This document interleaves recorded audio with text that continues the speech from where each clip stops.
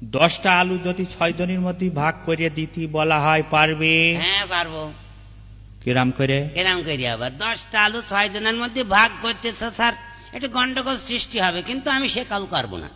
আমি আলু সিদ্ধ করে নি ভর্তা করবো, করে সবারই এরম করে গুল্লা বানিয়ে বানিয়ে একটা করে দিয়ে দেবো।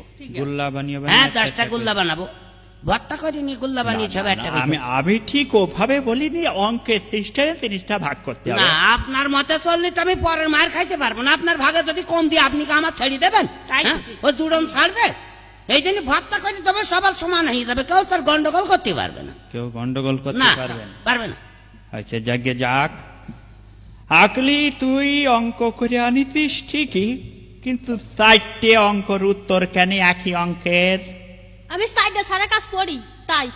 হজা, জি স্যার। এ বিষয়ে তোমার বক্তব্য? আমার বক্তব্য আর কি, চারটে স্যারের কাছে পড়ে 4 রকম উত্তর হয়েছে, এটা তো ইয়ে নেই, কোনো অসুবিধা নেই। অসুবিধা নেই। না আজকাল সমাধান দেখে অঙ্ক করবেন, ওই সমাধানে যে কোনো কোম্পানি, এক এক কোম্পানির সমাধানে এক এক রকম অঙ্কের উত্তর থাকে। স্কুলে মাস্টার করাই একরকম, প্রাইভেট স্যার করাই একরকম, সমাধানে থাকে একরকম, তোরা কয় রকম লাগবে, ও তো অসুবিধা হয় না ছাত্রদের।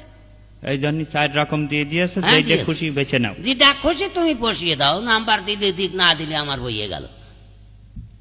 আচ্ছা ঠিক আছে, ভালো গর্ত খোঁড়ে এমন কয়েকটা প্রাণীর নাম বল। যেমন ইন্দুর, সুসো, কেঁচো, ঘোগরা।